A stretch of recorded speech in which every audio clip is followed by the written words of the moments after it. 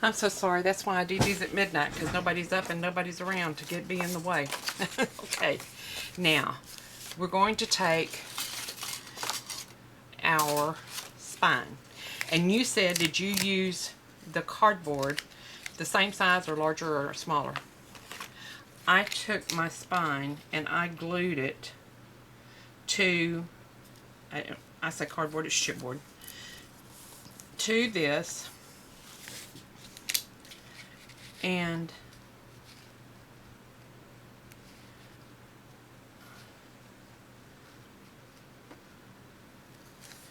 I made it the same size, and I think my scissors will cut that. So this is the Special K breakfast cereal top. But you can, if you're going to use more than 3 pages, or if your paper is really, really heavy, or you really feel like the need, then instead of trying to do this, you might go ahead and use really the regular chipboard like we get from Tamara. It'll be the best way to go. Now, let's see how much I'm going to really need for that. And that's going to be, well, that's going to be just about right. So what I'm going to do is, what do I do with my chipboard? I'm going to take my piece of chipboard that I just cut, and looks like I gave it away to the Indians or something. I don't know what I do with that. Well, we're going to cut another one right quick. Oh, it's stuck to it. It's stuck to it. I don't want it stuck to it. Let's do that off there. We're going to do it. I like the chipboard better than the cereal. The cereal I use in the front and the back. And I'm going to tell you something. I don't know that that's really good, because I know a lot of people use things like glue guns, and they use cereal boxes to make stuff, or cracker boxes or something. And when I first learned, one of the things that was a concern to a lot of the people who were making books is that they wanted them to last a long time. And in a cereal box, the paper that it's wrapped in, or anything like that, there's a certain amount of dye acid in the paper, and it will deteriorate over a period of time. Okay, I'm going to go just about a 1/16 of an inch to the right of the little crease, and I'm going to pull this down, and we're going to glue that. I'm going to mark it first. I've done this 2 or 3 different ways, and I'm trying to think of the very best way to tell you. So I think what I'm going to do is I'm just going to go ahead and mark this, and I'm going to come off the end of that almost 1/8 of an inch. I'm just going to put that in my cutter, my little Fisker cutter. And I'm going to trim off, and that's my excess. Now that's enough for a pocket on a page or whatever. But remember, I just use inexpensive stuff, so I'm not too concerned about it not being the right size or anything. Now, I'm going to take this, and if my glue will work, I'm going to use tape because it's quicker. My glue is so slow. I'm just going to take one piece of tape, and I'm going to put it down. And I'm going to adhere this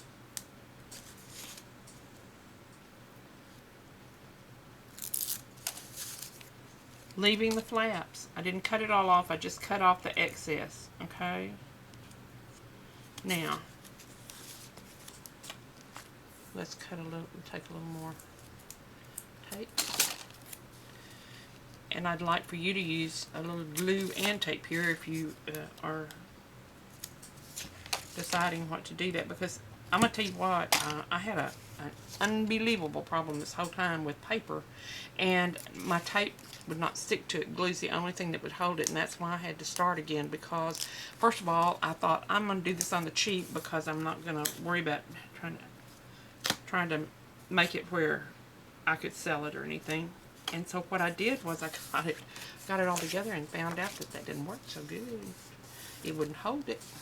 A cheaper humidifier. Now, this is, I'm going to tell you, this is going to be my front, okay? So this is my back, and I take my back, and I'm looking and I think, well, now, if this is the same color, I can come right to that very edge. But if it's a different color and I'm going to do some sort of design on my spine, then I don't need all that excess. So here's what I did. I took this piece and I matched it to this one. Just laid it down right like that, right on top of it. See if we can't even see the pink. So I'm just right there. It's on it. I'm going to take my white pencil. I'm going to just mark the very edges. Okay? Then I'm going to take half of that. And right about there is where I'm going to cut it off. Because I'm going to decorate the spine, remember? And if I'm going to decorate the spine, then I don't need that. Now, I'm going to cut it on the first one and show you how to do that part in case you change your mind on how you're doing yours. And I'm going to lay this down inside the other side. Now, I'm going to pull this paper down and down. And very honestly, I only left about an inch. Okay, so now I have, now I have two really nice areas both ways.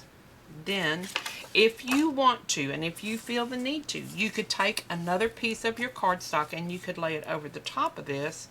But honestly, this is going to cover it, so if you didn't want to, you could just glue that right there. Okay, but before we do that, we were going to want to lay down the back of our book because this is simply not enough. Okay, so not enough thickness for you to have any longevity out of your book. I'm going to glue this down just a minute so it'll be out of my way.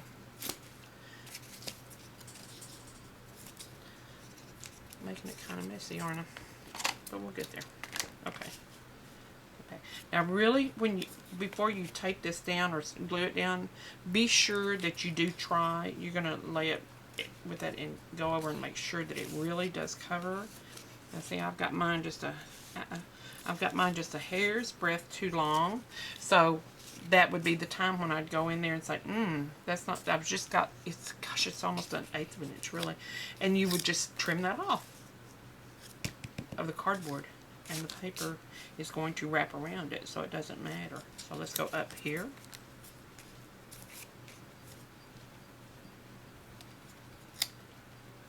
I don't know. This is not there. I'm just going to use tape to do it because I thought it'd be faster, and now I'm beginning to wonder.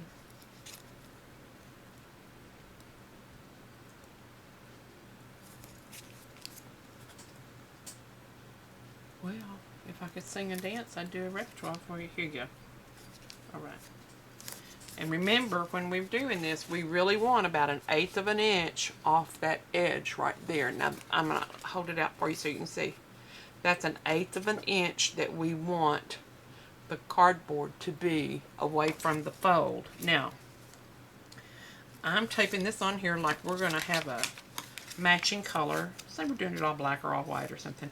And I'm going to trim this again because I don't want my cardboard to show. And I'm going to bring it up. Now, for sake of, where's the tape when you need it that just doesn't even matter? Hold on just a second.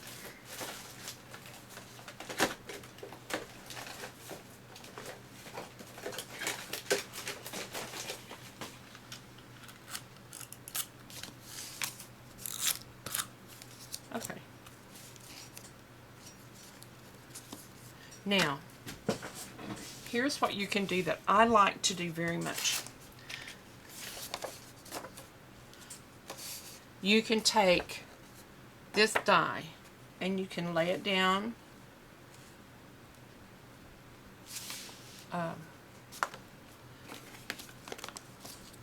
here's my other cardboard. Let's pretend this, here it is. No, yeah. Let's pretend this one fits, okay?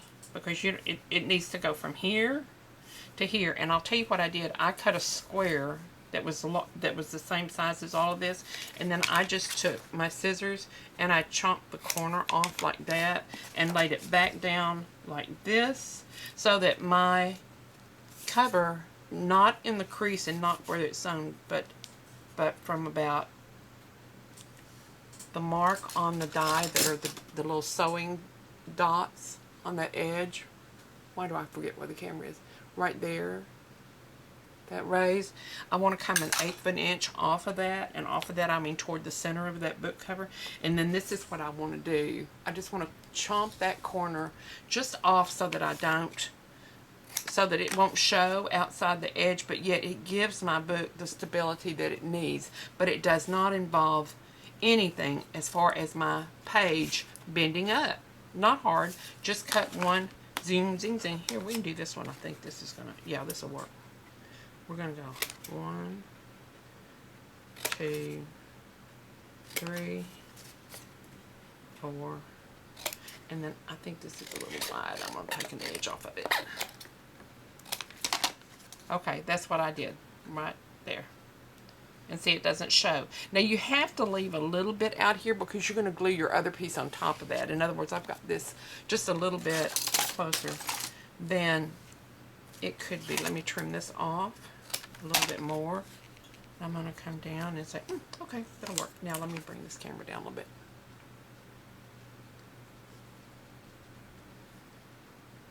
I'm trying to give you a better view. Okay? Now we know this isn't going to work, so I'm going to trim that off. And I want another piece of paper the same size as these two. So when you cut these, you're going to cut, well, you're going to cut 3 on a long one. Let me show you what I mean. Let's say that this is what we've got, okay? And I've got enough room for the paper to be scored by the cardboard, okay? Then I'm going to go on the other side of my cardboard and I'm going to score it again. Now, remember I told you that if you take these dies and you put them back to back, you can cut one, go over here and cut another. But here's what you do. You measure from edge to edge on your original cover. Okay? It didn't matter if these were real long or if we had a yard left over or if we had 3 inches because we've already worked on that. Now what we're going to work on is this. We're going to cut that. Then I'm going to go back on the machine and I'm going to measure the distance of my spine. I'm going to lay this with the non-cutting edge toward that measurement, again allowing just enough for my book to bend, not get in the way, and I'll cut the other side like this. So you have one piece of paper going all the way across, and that will line everything that you have. This is going to go on top of that, and you're going to want again to come in here just a little bit. Remember how we don't like those to show, and you're going to clip them up just a little by taking the very edges off. Now I didn't do all of them, but that's okay. Now see how that lays down in there, and it's a perfect finish. Now you're going to say, oh, but I have a little cardboard in this one. I don't mean for that to be there. I'm sorry, that one stuck a while ago. So what I'm doing is I'm laying spine paper on top of paper with the cardboard underneath, and then my cover as it will be. I hope that answers the question. If it didn't work for you, yell at me and I will try to make it better. It's not hard. The whole thing is you're going to cut two a front cover and a back cover, and you're going to leave it just like this. Then when you get them together, you're going to cut a front cover, and then you're going to take the die and you're going to turn it this way, and you're going to cut the back cover, and you're going to be sure that these are as far apart right here as your spine is wide. Don't make it too much wider, because too wide and it'll get real loosey-goosey and it'll flop. So we've got, really you have 3 pieces. 1, 2, and the third one that's going to go down is going to be that exact measurement. So this is going to say this is our third piece. This is exactly what it's going to look like right there.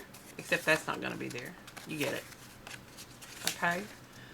That piece, you ran through your die cut machine twice, but it only is 1 piece of paper, okay? So to answer your question, the first time you cover your spine, and you have two pieces of paper, both of those pieces of paper are going to come over and they're going to wrap the edge of the cardboard on the spine, leaving you with nothing showing. Because when you come back in with the full cover over, it's going to cover it too, but you don't have any raw edges showing because the only thing going on the top is that. Be sure when you do this, you just crease both sides just like that. Glue that on. Work your page up and down a little bit with the cardboard, of course, in there. Work your page just a little bit. And now you're ready to assemble. If I didn't get the question answered, please yell at me. I don't want to have fouled you up and make it harder than it is. I'm going to post this right quick so you can catch it before you go. Thanks. Bye-bye.